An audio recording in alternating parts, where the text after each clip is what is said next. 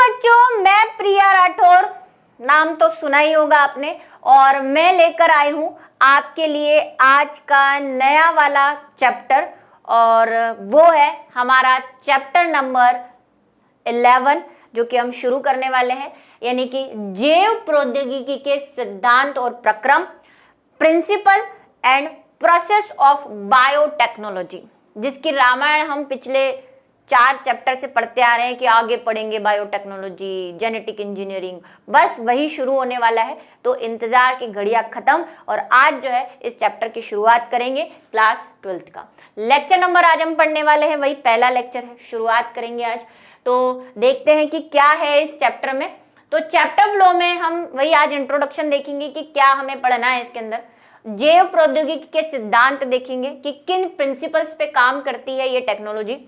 उसके बाद पुनर्योजन, डीएनए के बारे में, तकनीकों के साधन के बारे में पढ़ेंगे कि रिकॉम्बिनेंट डीएनए कैसे बनाए जाते हैं।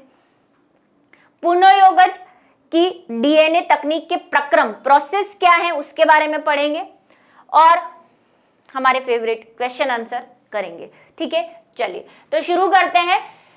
लेक्चर फ्लो आज का रहेगा वही इंट्रो, उसके बाद जैव प्रौद्योगिकी की अर्थ व परिभाषा और जैव प्रौद्योगिकी के सिद्धांत कि क्या सिद्धांत है मेनली जैव प्रौद्योगिकी के, उसके बारे में पढ़ेंगे।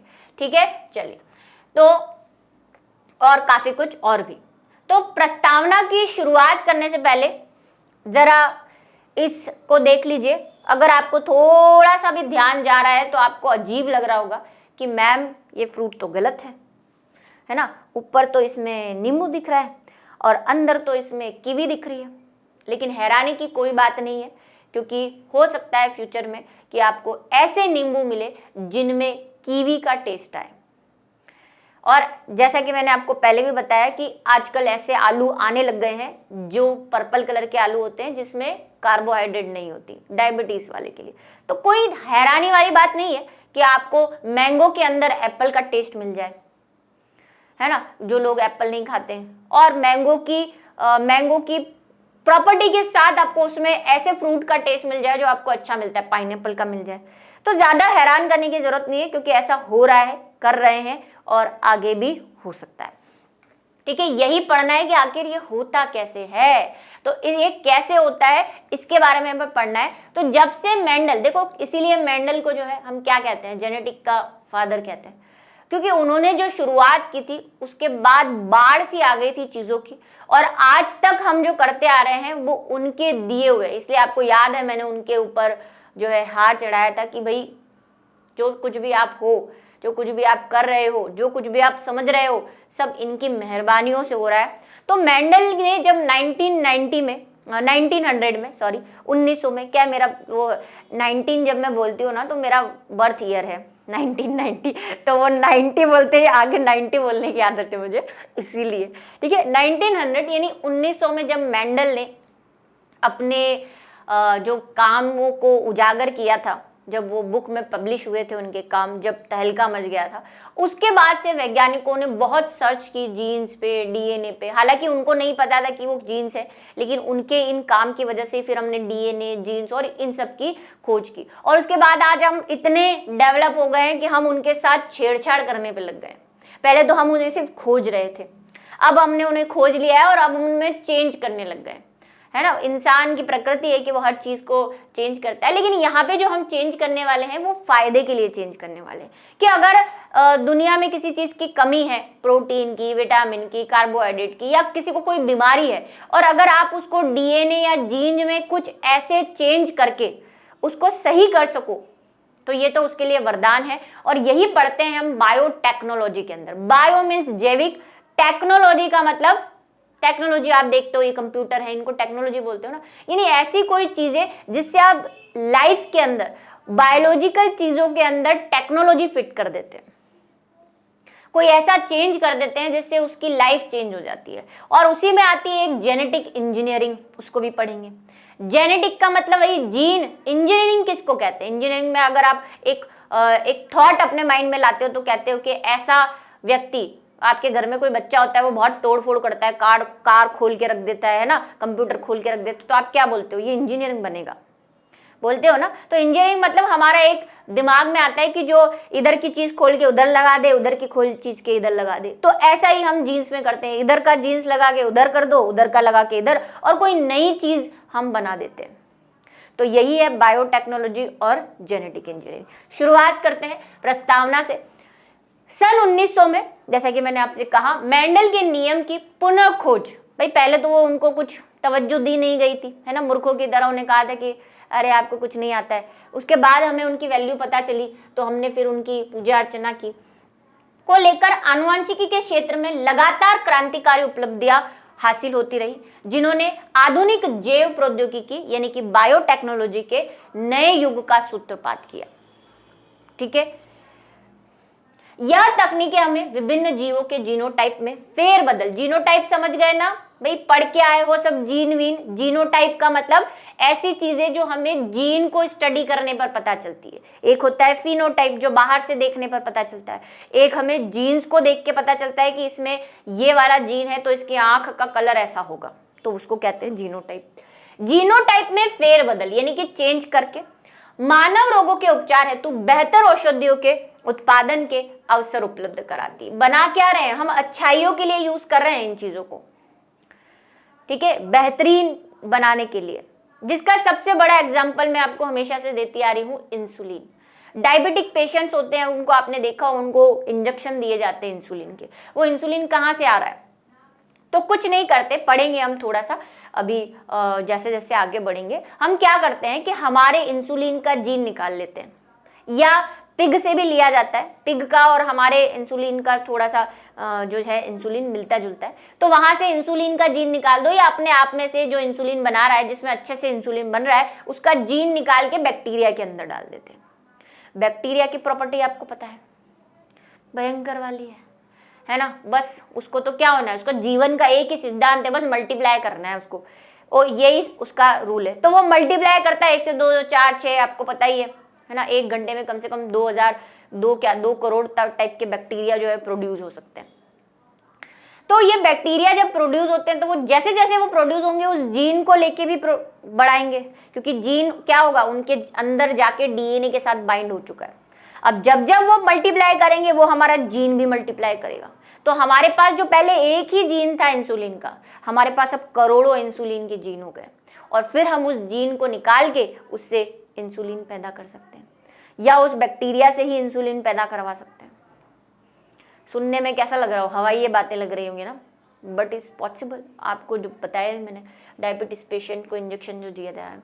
इंसुलिन एक ऐसा ही उत्पाद है जिनका नई जैव प्रौद्योगिकी द्वारा उत्पादन किया जाता है। और भी है, जैसा मैंने आपको बताया, वो पर्पल कलर के आलू है ना, डायबिटिक पेशेंट के लिए। आप अभी तक देखे हैं कि नहीं, मैं कब से बोलती आ रही हूँ, मुझे नहीं लगता कि आप उसको देख पाए, क्योंकि मैंने अपने जीवन में अजमेर में मेरे साथ एक मैम थी, वो एक दिन लेकर आई। मैं मतलब ऐसे, ये क्या है, ऐसा फ्रूट तो मैंने नहीं देखा। भाई मेरी बायोलॉजी उधर उतर गई कि ये क्या लेकर आई है। फिर उन्होंने बोला ये तो शुगर फ्री आलू है। बोले कि हाँ आपको नहीं पता। बड़ी शर्म आई मुझे, बायोलॉजी निकल गई मेरी वहाँ पे। मैंने कहा कब? बोले कि वहाँ मिलते हैं मंडी में। मैं तो 2 सालों से ला रही हूँ, मतलब मैं सो रही थी। ये मुझे बहुत उस दिन फीलिंग आई। उसके बाद से मैंने देख लिया कि कभी अपने आप पे ऐसे प्राउड नहीं करना कि मुझे सब कुछ आता है, क्योंकि बहुत कुछ ऐसा है दुनिया में हो रहा है जो हमें नहीं पता है। हम तो क्या बायोलॉजी की किताबों में डूबे रहते हैं, आपको पढ़ाने में डूबे रहते हैं। आसपास बहुत सारी चीज़ें हो रही होती है जो हमारे क्षेत्र से बाहर हो रही होती है ना। न्यूज़ व्यूज़ हम सुनते ही नहीं है। ठीक है, चलो कुछ कंपटीशन एग्जाम देते हैं तब थोड़ा सा पढ़ लेते हैं जीके को।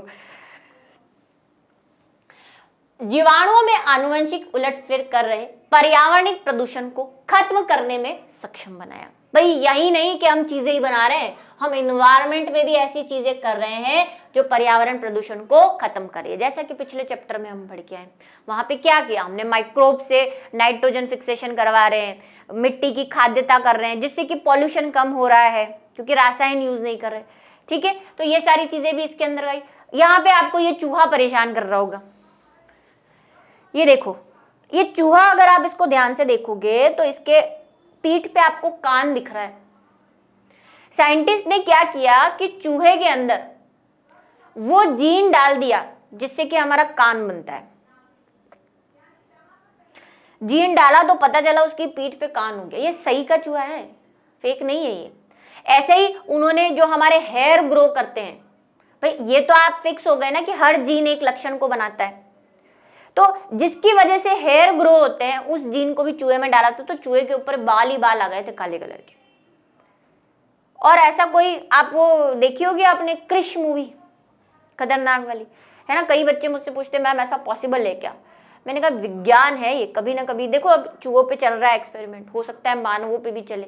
वो क्रिश 3 है शायद, जिसमें वो विवेक ओबराय जो होता है वो अलग अलग जीवों की जीन्स यूज करके कोई नए टाइप का जीन बना लेता है ना। एक मैंने नेट पे फोटोग्राफ देखा था कि यहाँ तो केला ही था और इधर की तरफ उसके ऐसे फिश बनी हुई थी, खतरनाक।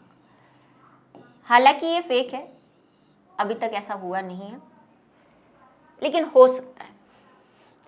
ठीक, तो ये जो है काम चल रहा है। अच्छा, ये कर क्यों रहे हैं? हम कोशिश कर रहे हैं, जो हम अभी तक नाकाम है, कि हम ये ऑर्गन तो बना पा रहे हैं, हम नकली हाथ बना लेते हैं, आपने देखा होगा लोगों को नकली हाथ नकली पैर, लेकिन हम हार्ट नहीं बना पा रहे हैं नकली। उस पर काम चल रहा है कि ये सब चीजें बना रहे हैं, लेकिन हम हमारा जो हार्ट है, जो मेन पावर है, जो ब्रेन है, वो नहीं बना पा रहे। जिस दिन हम हार्ट और ब्रेन बना पाएंगे, मुझे लगता है कि शायद इस दुनिया में मरने वालों की संख्या कम हो जाएगी और शायद हम इंसान पैदा करना। लेकिन ऐसे कहते हैं कि भाई प्रकृति का वरदान है और ये जो हार्ट चलता है ये भी उसकी देन से चलता है, तो आप वो कहाँ से लाओगे, जिससे आप चलाओगे कैसे हार्ट को? तो ये वाली जो थोड़ी सी चीजें हैं। चलिए नेक्स्ट चलते हैं। जैव प्रौद्योगिकी का क्षेत्र एक कोशिकीय जीवों तक ही सीमित नहीं है। इसके प्रयोग द्वारा पादपों व जंतुओं का जीनोटाइप तथा फलस्वरूप फिनोटाइप बदलना संभव है। आप जीनोटाइप भी बदल सकते हो, आप फिनोटाइप भी बदल सकते हो, या फोनोटाइप। फोनोटाइप भी एक ही चीज है, फिनोटाइप को ही फोनोटाइप कहते हैं। आपको थोड़ा सा लग रहा हो तो फिनो कर दो इसको, ठीक है। चल, स्पेलिंग वही मैंने आपसे कहा। उन्नत किस्म के पौधों का निर्माण जीन थेरेपी। जीन थेरेपी क्या है? थेरेपी क्या होती है? किसी चीज को ट्रीट करना। तो हम यहाँ पे अब जीन्स ट्रीट करना शुरू कर दिए हमने, है ना, जीन्स को ट्रीट करते हैं, प्रौद्योगिकी से संभव हुआ है।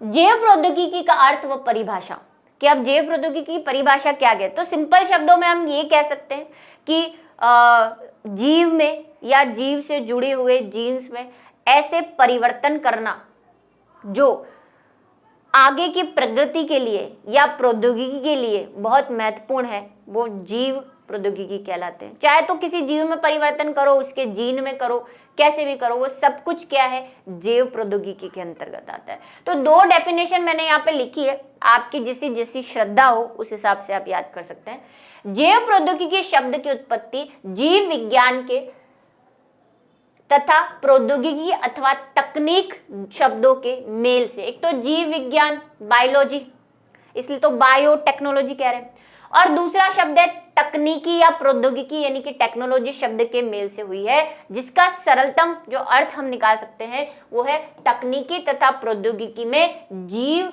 प्रक्रियाओं का प्रयोग। कि टेक्नोलॉजी का यूज या तो बायो में कर लो या बायो को टेक्नोलॉजी में ले जाओ, दोनों ही बातें सेम है। यह है एक परिभाषा। उत्पादों व सेवाओं के लिए प्राकृतिक विज्ञान व जीवधारियों, कोशिकाओं, कुछ भी ले लो आप। उत्पादों यानी प्रोडक्ट, सेवाएं मतलब सर्विसेज के लिए या तो प्राकृतिक विज्ञान का यूज करो, जीवधारियों का यानी कि एनिमल्स, लिविंग सेल्स का यूज करो, उनके अंगों का, आणविक अनुरूपों का समाकलन जैव प्रौद्योगिकी कहलाता है। ठीक है, कुछ भी यूज करो, बस बायो होनी चाहिए और उसके अंदर टेक्नोलॉजी होनी चाहिए, लिविंग थिंग के साथ जो हमें। एक और परिभाषा आप देख सकते हैं, बुक में लिखी हुई है आपकी, ये दोनों ही परिभाषा है। जीवों, उनके तंत्रों अथवा प्रक्रियाओं का किसी प्रकार के उत्पादन अथवा जनहित उद्योगों में उपयोग ही जैव प्रौद्योगिकी कहलाता है। ठीक है, या जैव प्रौद्योगिकी है। मेरे ख्याल से आपको ये अच्छी लग रही होगी। चलो, जैव प्रौद्योगिकी के सिद्धांत क्या है, कि ये जो हम बायोटेक्नोलॉजी के रामायण जपे जा रहे हैं, आखिर ये काम किस पे करते हैं, इसके प्रिंसिपल्स क्या है। भाई कोई भी चीज रन करती है, कोई भी चीज चलती है, उसके कुछ बेसिक प्रिंसिपल्स होते हैं कि भाई हमें इस चीज के अंदर ये काम करना है, ये नहीं करना है। एथिक्स होते हैं कि ऐसा नहीं कि आप बायोटेक्नोलॉजी के नाम पे जीवों को मारे जा रहे हो, ऐसा भी नहीं कर सकते। सब कुछ कंट्रोल में होता है ना, परमिशन लेनी पड़ती है गवर्नमेंट से, सब कुछ चीजें होती है। तो बेसिक चीजें जो हम 2 काम में लेते हैं प्रिंसिपल्स बायोटेक्नोलॉजी के लिए, वो 2 ये चीजें हैं। आधुनिक जैव तकनीकी की स्थापना में निम्न 2 तकनीकों ने प्रमुख भूमिका निभाई है। सबसे पहली है, जिसका नाम मैंने लिया था, आनुवांशिक इंजीनियरिंग या जेनेटिक इंजीनियरिंग। क्या करना है इसमें? बस वही जो पहले भी मैंने आपको पिछली क्लासेस में भी समझाया है कि पहले तो आपको वो जीन ढूंढना पड़ेगा, अपने मतलब का जीन, वांछित जीन आप जिसको कहते हैं, जो आपको चाहिए। जैसे इंसुलिन चाहिए आपको, तो आपको पहले ये सर्च करना पड़ेगा कि इंसुलिन का जीन आखिर है कौन सा, फिर उसको वहां से निकालना पड़ेगा, निकाल के बैक्टीरिया के अंदर डालना पड़ेगा। लेकिन वहां पे आपका काम खत्म नहीं होता, आपको बैक्टीरिया की देखभाल भी करनी पड़ेगी कि वो वृद्धि कर रहा है या नहीं, उसके अंदर कोई इन्फेक्शन तो नहीं हो गया, उसको किसी वायरस ने तो चपेट में नहीं ले लिया, क्योंकि बैक्टीरिया का भी दादा कौन है? वायरस। बीमारी फैलाता है बैक्टीरिया को, बैक्टीरियोफेज जिसको हम कहते हैं। तो ये सारी ध्यान रखनी। तो पहला तो जीन को ढूंढना और वहां से अलग करना, वही क्या है? Genetic engineering. उसमें अगर आपको कोई चेंज करना है तो आप कर सकते हैं। वांछित गुण या उत्पाद प्राप्त करने के लिए किसी तकनीक के आनुवंशिक पदार्थ में किया गया उलटफेर ही जेनेटिक इंजीनियरिंग है। ठीक है, जो भी आपको गुण चाहिए, जो भी आपको चीज चाहिए या उत्पाद चाहिए, उसके लिए किसी जीव के आनुवंशिक पदार्थ। अब जीव का आनुवंशिक पदार्थ है क्या? डीएनए या जीन, है ना। डीएनए और डीएनए के अंदर जीन होता है। तो इनडायरेक्ट वे में हम ये कह रहे हैं कि जीन के अंदर हम जो उलटफेर कर रहे हैं या बदलाव कर रहे हैं, वो जेनेटिक इंजीनियरिंग है। वही मैकेनिक, इधर की नट खोल के उधर फिट कर देना, उधर का स्लिप खोल के इधर लगा देना, ऐसा इंजीनियरिंग टाइप। इस प्रक्रिया में किसी वांछित उत्पाद वाले जीन की पहचान तथा उसका पोषक में स्थानांतरण शामिल है। ठीक है, पहले तो पहचान करनी पड़ेगी आपको और फिर उसका पोषक में स्थानांतरण करना पड़ेगा, ट्रांसफर करना पड़ेगा। आनुवंशिक पदार्थ डीएनए, आरएनए, वो कुछ भी हो सकता है, डिपेंड करेगा। भाई हम बोलते हैं कि जो वायरस है वो डीएनए डिपेंडेंट भी होते हैं, आरएनए डिपेंडेंट भी होते हैं। ह्यूमंस और एनिमल्स तो डीएनए वाले ही हैं, लेकिन वही वायरस में थोड़ा सा चेंज है, बैक्टीरिया में कुछ में डीएनए होता है आनुवंशिक पदार्थ, कुछ में आरएनए होता है। तो डिपेंड करेगा कि क्या है, डीएनए है या आरएनए, की रासायनिक संरचना में बदलाव करना तथा इस आनुवंशिक पदार्थ को किसी पोषक में प्रवेश कराना ताकि पोषक के फिनोटाइप को बदला जा सके, जेनेटिक इंजीनियरिंग है। ये इतनी सब कुछ परिभाषाएं जो है वो सब जेनेटिक इंजीनियरिंग की है। अब मेरी बात सुनो, कैसे भाई आपको पता चला कि ये कोई एनिमल है या जीव है, कुछ भी है, ये इसमें एक जीन है जिससे हमें कोई दवाई प्राप्त हो सकती है, कोई भी बीमारी की दवाई प्राप्त हो सकती है। ठीक है, हमने इस जीन की पूरी छानबीन कर ली, ये जीन कैसा दिखता है, किस भाग में है, कहाँ से कहाँ तक इसका फिनोटाइप है, कैसा इसको किस डीएनए के कौन से भाग से जुड़ा हुआ है, सब कुछ। हम पहले तो क्या करेंगे, इसको यहाँ से अलग करेंगे। ये हमारा वांछित जीन है। देखो ये चीज समझ लेना, ये बार बार आता रहेगा, वांछित गुण और वांछित जीन, और निकालना है इसको। पहले तो इसको यहाँ से निकालना है। अब ये निकालने का प्रोसेस भी इतना सिंपल नहीं है, ठीक है, बहुत टफ है। हम ये कह देते हैं यहाँ से निकाल लिया, हाँ कोई वो है क्या, प्रसाद है क्या, ये लिया लो प्रसाद ले लो, जीन निकाल के दे दो, ऐसा नहीं है। बहुत पहले आपको जो है इसके ऊपर की मेम्ब्रेन हटानी पड़ेगी। जैसे कि मान लो वो जो मेम्ब्रेन है ना, वो सेल्यूलोज की बनी है, तो आपको सेल्यूलोज काम में लेना पड़ेगा, पैक्टीन काम में लेना पड़ेगा, डिपेंड करता है वो सेल किसकी है ना। न्यूक्लियस काम में लेना पड़ेगा, फिर क्योंकि डीएनए कहाँ होगा, न्यूक्लियस के अंदर, फिर न्यूक्लियस को खोलना पड़ेगा। न्यूक्लियस को खोलने के बाद आप उसके डीएनए तक पहुंचोगे, फिर सारे आपका कचरे के अंदर डीएनए पड़ा होगा। भाई ऐसा तो है नहीं जिसको आप हटाते जा रहे हो वो हटता जा रहा है, वो भी तो उसी अंदर ही है सब कुछ। उसमें से आपको डीएनए ढूंढना है, फिर डीएनए ढूंढ के आप वो इलेक्ट्रोपोरेसिस वाली जो मेथड्स की थी ना हमने डीएनए फिंगरप्रिंटिंग में, वो वाली मेथड करके उसमें से हमारा वांछित जीन ढूंढते हैं। तो ये मैंने जो एरो लगा दिया है, ये एरो अपने आप में काफी लंबा प्रोसेस है। वांछित जीन ढूंढते हैं और उसको हमारे वाले किसी पोषक, ये पोषक जो बोल रहा है मतलब कि जिसमें हमें प्रवेश कराना है। अब किसमें प्रवेश, आप बोलोगे नहीं मैम बैक्टीरिया में ही क्यों करवाया, भाई सबसे जल्दी ग्रो तो वही कर रहे हैं, आप में करवाओगे मान लो मेरे में करवाया, पहले तो पहली बात तो मुझ में कुछ अगर उल्टा सीधा हो गया तो इसकी जवाबदारी कौन लेगा? बैक्टीरिया का तो कोई माई बाप है नहीं, ठीक है। दूसरा, मेरे में करवाया तो मेरे से अगली पीढ़ी में जाने के लिए तो भाई 20-25 साल लग जाएंगे, जब तक मेरा बच्चा या उसका बच्चा नहीं होता। तो ये तो भाई बहुत लंबा प्रोसेस हो गया। उस मामले में तो जो बैक्टीरिया है वो बड़े सस्ते, जल्दी से ग्रो करते। इसमें आपको बताया था एक अलग सी संरचना होती है जिसको हम प्लाज्मिड कहते हैं, एक्स्ट्रा डीएनए होता है इनके पास, या तो उसमें, और नहीं है प्लाज्मिड तो नॉर्मल डीएनए में जोड़ देते हैं। अब ये क्या करेगा? ग्रो करेगा, संख्या में वृद्धि करेगा, धड़ाधड़ धड़ाधड़। अब इसकी जो संख्या में वृद्धि होगी उसके साथ साथ ये हमारा वांछित जीन भी वृद्धि वृद्धि वृद्धि वृद्धि करता जाएगा, और हमारा जो वांछित जीन है उसकी बहुत सारी कॉपीज तैयार हो जाएगी।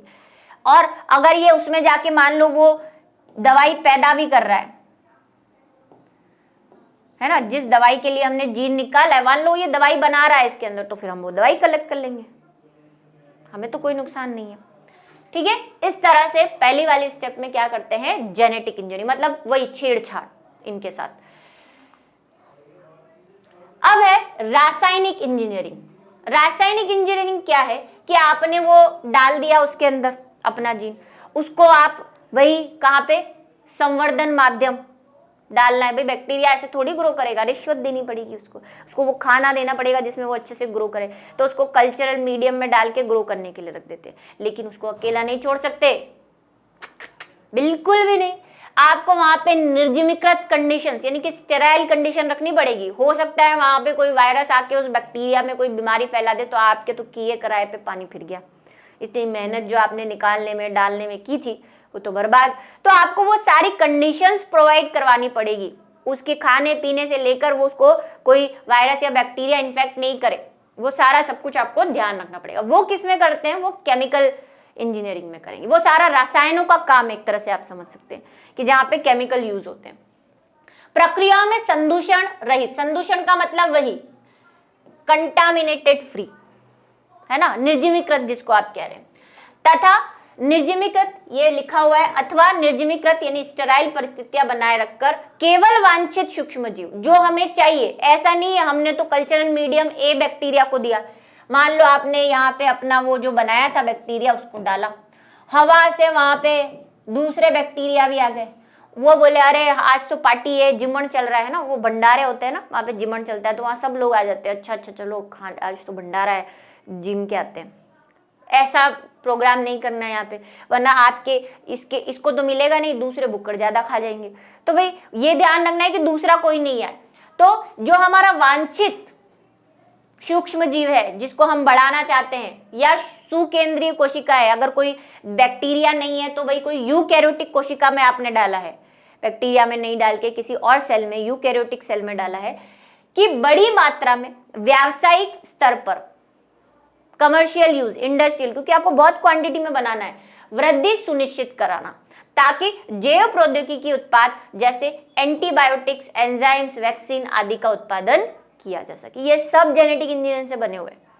आप जो दवाइयाँ खाते हैं एंटीबायोटिक, जो वैक्सीन लगाते हैं, हालांकि वैक्सीन की वैरायटी है बहुत सारी, हमने पढ़ी है कि कई बार उसमें निर्जमीकृत जो है वो मरा हुआ बैक्टीरिया डाला जाता है, कई बार वैक्सीन बनाते हैं, जैसे कोरोना की बनाई, तो बनाने वाले की बात कर रहा है ये, ठीक है, वरना तो वो मरे हुए बैक्टीरिया या वायरस को डाल रहे हैं, वो तो डायरेक्ट वाला है।